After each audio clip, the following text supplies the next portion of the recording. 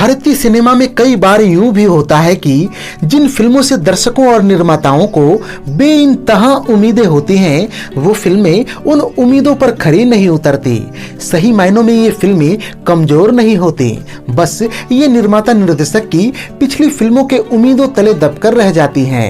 कई फिल्मकार के लिए उनकी सबसे बड़ी सफलता उनके कैरियर के ग्राफ के नीचे गिरने का कारण भी बनी, क्योंकि वो अक्सर अपनी उस सफलता के स्तर को नहीं छुपाते।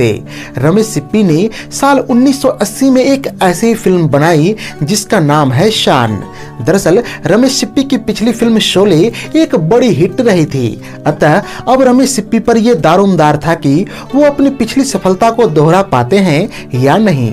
शोले अपने समय के हिसाब से बेहद महंगी फिल्म थी, जिसका बजट 3 करोड़ रुपए तक चला गया था। ऐसे में रमेश सिप्पी ने इससे भी महंगी और बड़ी फिल्म बनाने का निश्चय किया, लेकिन इस समय तक काफी कुछ बदल चुका था।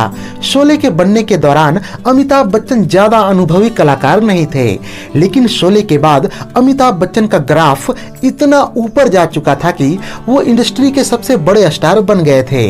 शुरुआत में अमिताभ बच्चन वाली भूमिका फिल्म शान में धर्मेंद्र निभाने वाले थे, जो कि अपेक्षाकृत बड़ी भूमिका थी, और अमिताभ को शशि कपूर वाली भूमिका मिलने वाली थी। पर अमिताभ बच्चन के स्टारडम को देखते हुए उनसे छोटी या कम महत्वपूर्ण भूमिका कराना बड़ा ही मुश्किल था। इसके अलावा धर्मेंद्र और अमिताभ बच्चन जैसे बड़े कलाकारों के डेट्स एक साथ पाना भी मुश्किल हो रहा था। इसी समय धर्मेंद्र और अमिताभ बच्चन विजय आनंद की फिल्म राम बलराम में भी काम कर रहे थे, जो इनके डेट्स के चक्कर में काफी देर से रिलीज हो पाई। ऐसे में अमिताभ बच्चन को धर्मेंद्र वाली भूमिका दे दी गई और अमिताभ वाली भूमिका शशि कपूर के हिस्से में चली गई। उन दिनों शशि कपूर को अक्सर पिगी बैंक स्टार कहा जाता था, जिनके बारे में ये प्रचलित था कि इनका अपना कोई खास स्टारडम नहीं है और इनकी लगभग सारी ब्लॉकबस्टर फिल्में अमिताभ बच्चन जैसे बड़े स्टारों की फिल्मों में सहायक भूमिका निभाकर ही हासिल हुई है। ऐसे में अमिताभ बच्चन फिल्म के सबसे बड़े स्टार थे। इसके अलावा फिल्म में स्टारडम का तड़का लगाने के लिए छोटी पर महत्वपूर्ण भूमिकाओं के लिए सुनील दत्त और शत्रुघ्न सिन्हा को भी साइन किया गया। कहा जाता है कि शत्रुघ्न सिन्हा ने अमिताभ बच्चन के प्रति अपनी भावनाओं के चलते उनसे 25,000 रुपए अधिक फीस की मांग की और उन्हें ये कीमत मिल भी गई थी। बहरहाल धर्मेंद्र के फिल्म से जाने के कारण फिल्म की नायिकाएं भी बदलनी पड़ी। धर्मेंद्र के फिल्म से जाते ही हेमा मालिनी ने भी रुखसत ले ली और उनकी जगह भरने के लिए उनकी ही शक्ल सूरत वाली एक नई अभिनेत्री को फिल्म में लिया गया। जी हाँ, हम बात कर रहे हैं बिंदिया गोस्वामी की, जो कि इससे पहले ऋषिकेश मुखर्जी और बासु चटर्जी सरीखे निर्देशकों के साथ काम कर रही थी। जब उन्होंने फिल्म शाइन की थी तो उस समय उनकी अन्य फिल्में रिलीज नहीं हुई थी। फिर भी रमेश सिप्पी ने एक नई अदाकारा पर विश्वास जताया और बिंदिया गोस्वामी ने उन्हें पूरी फिल्म के दौरान कोई तकलीफ भी नहीं दी। पर फिल्म की दूसरी अभिनेत्री परवीन बॉबी के साथ काम करना रमेश सिप्पी के लिए एक टेढ़ी खीर साबित हुई।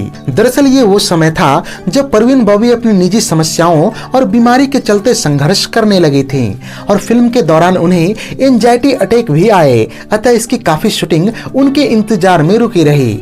इस फिल्म को बनाने में दिल और जेब दोनों पर ही रोक नहीं रखी गई थी। दरअसल इसके वितरकों को आशा थी कि यह फिल्म भी शोले के जैसी ही कमाल करेगी, इसलिए इस फिल्म के निर्माताओं को मुंह मांगी कीमत दी गई। फिल्म शोले से पहले किसी भी भारतीय फिल्म को 1 करोड़ पर टेरिटरी की कीमत पर नहीं बेची गई थी और इसकी लागत भी 6 करोड़ रुपए आई, जो कि उस समय एक रिकॉर्ड थी। इस फिल्म के लिए तकनीशियन, कैमरामैन और साजो सामान विदेशों से लाए गए थे और कई दृश्यों को तो विदेशों में ही फिल्माया गया था। यह फिल्म अपने दौर की एक बड़ी बजट की फिल्म थी, जिसे जताने के लिए इसके पोस्टर्स पर बड़े बड़े शब्दों में लिखवाया गया द ग्रेटेस्ट शो एवर। यहाँ यह जानना भी बड़ा दिलचस्प हो जाता है कि इसके लेखक जोड़ी सलीम जावेद ने अपनी पुरानी फिल्मों के मसाले निकाल कर इसको जोड़ा था। उनकी फिल्म ईमान धर्म और शोले की तरह इस फिल्म में भी 2 चोर या गैर कानूनी काम करने वाले नायक थे और एक तीसरा व्यक्ति उन्हें जीवन की दिशा देता है। शोले और ईमान धर्म जैसी फिल्मों में संजय कुमार ने यह महत्वपूर्ण भूमिका निभाई थी, पर इस बार वो इस भूमिका को निभाने के लिए उपलब्ध नहीं थे, बल्कि उनके जगह पर यह जिम्मेवारी सुनील दत्त को सौंपी गई, जो कि अच्छे कलाकार तो थे पर शायद संजीव कुमार सरीखे अदाकार नहीं थे। उसी तरह सलीम जावेद ने अपनी अधिकतर फिल्मों की तरह ही इसमें भी एक विकलांग किरदार रखा और इस भूमिका के लिए एक नए अभिनेता मजहर खान को लिया गया। मजहर खान को अगर याद किया जाता है तो केवल 2 कारणों के लिए, एक तो फिल्म शान और दूसरा जीनत अमान के साथ विवाह के लिए। खैर, उन पर फिल्म का एक बेहद ही लोकप्रिय गाना फिल्माया गया, नाम अब्दुल है मेरा, मैं सबकी खबर रखता हूँ। पर अफसोस की मजहर खान फिल्म शान से जो आशाएं जगाई थी उस पर वो आगे जाकर खरे नहीं उतर सके और एक अभिनेता के तौर पर नाकाम रहे। बहरहाल अब जरूरत थी फिल्म में एक सशक्त खलनायक की, एक ऐसे खलनायक की जो न केवल लोगों के बीच अपनी जगह बना पाए बल्कि फिल्म शोले के गब्बर जैसी लोकप्रियता भी हासिल करे। अतः इस काम की जिम्मेवारी कुलभूषण खरबंदा को सौंपी गई। सही मायनों में देखा जाए तो कुलभूषण खरबंदा ने अपने कैरियर का आगाज कलात्मक फिल्मों से किया था और उन्हें शान जैसी घोर व्यावसायिक फिल्म में बतौर खलनायक शामिल करना एक बड़ा ही रिस्क का काम था। बात करें इसके किरदार की तो इस किरदार का नाम था शाकाल। सलीम जावेद ने इसे अपनी ही एक फिल्म यादों की बारात से लिया था। वहीं इसके गुण जेम्स बॉन्ड फिल्मों के खलनायकों से लगभग मिलते जुलते थे।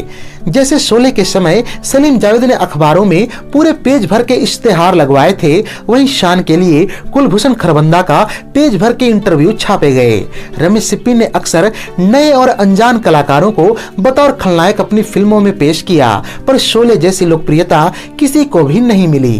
कुलभूषण खरबंदा को काफी प्रशंसा तो मिली, पर यह फिल्म शोले की कामयाबी को उस तरह दोहरा नहीं पाए। रमेश सिप्पी ने आखिरी बार फिल्म अकेला में एक नए कलाकार को बतौर खलनायक पेश किया, पर इस बार भी उनका दांव उल्टा ही पड़ा और फिल्म की असफलता का सबसे बड़ा कारण बना। खैर, फिल्म शान को बनने में 3 साल लग गए और यह 1980 में जाकर रिलीज को तैयार हो पाई। ये साल बड़े बजट की फिल्मों के लिए मिला जुला रहा। जहां कुर्बानी साल की सबसे बड़ी हिट साबित हुई, वहीं राम बलराम और द बर्निंग ट्रेन जैसी मेगा बजट की फिल्में उम्मीद के मुताबिक कमाई नहीं कर सकीं। अब बारी थी फिल्म शान की। वास्तव में 6 करोड़ रुपए की कीमत पर बिकने वाली इस फिल्म को समीक्षकों की भारी नाराजगी का सामना भी करना पड़ा।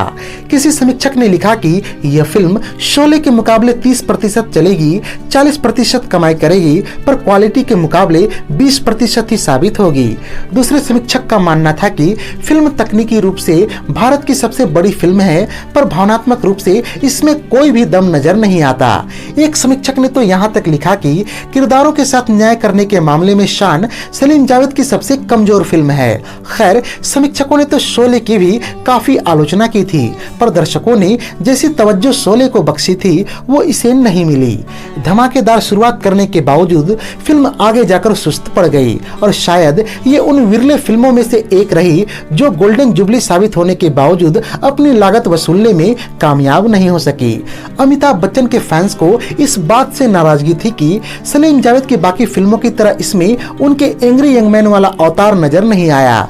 सलीम जावेद की बाकी फिल्मों में अमिताभ बच्चन नाचते गाते कम ही नजर आते तथा उनके किरदार बेहद ही गंभीर और गुस्से से भरे होते, पर शान में ऐसा कुछ भी नजर नहीं आया। साथ ही शशि कपूर का बड़ा स्टार न होना और बिंदिया गोस्वामी जैसे नवोदित अदाकारा का होना फिल्म की स्टार वैल्यू के लिए बेहद ही घातक सिद्ध हुआ। अमिताभ बच्चन खुद मानते थे कि तकनीकी रूप से ये फिल्म अपने समय से बहुत आगे की थी और समाज का एक बड़ा हिस्सा जेम्स बॉन्ड सरीखी फिल्मों के लिए बिल्कुल भी तैयार नहीं था। इस कारण ये फिल्म जितनी उस समय नहीं देखी गई उतनी तब देखी गई जब कुछ सालों बाद इसे री रिलीज किया गया। साथ ही डीवीडी मार्केट में भी इस फिल्म की काफी धूम रही और इसने अपनी लागत वसूलने के साथ ही काफी मुनाफा भी कमाया। तो ये थी साल 1980 में आई लोकप्रिय फिल्म शान पर हमारी एक विशेष प्रस्तुति। उम्मीद है कि यह वीडियो आपको बेहद ही पसंद आई होगी। अगर वीडियो पसंद आई हो तो इसे लाइक और शेयर भी कर दें तथा ऐसे ही दिलचस्प वीडियोस की नोटिफिकेशन पाने के लिए चैनल को सब्सक्राइब करके बेल आइकॉन में ऑल का बटन भी दबा दें। धन्यवाद।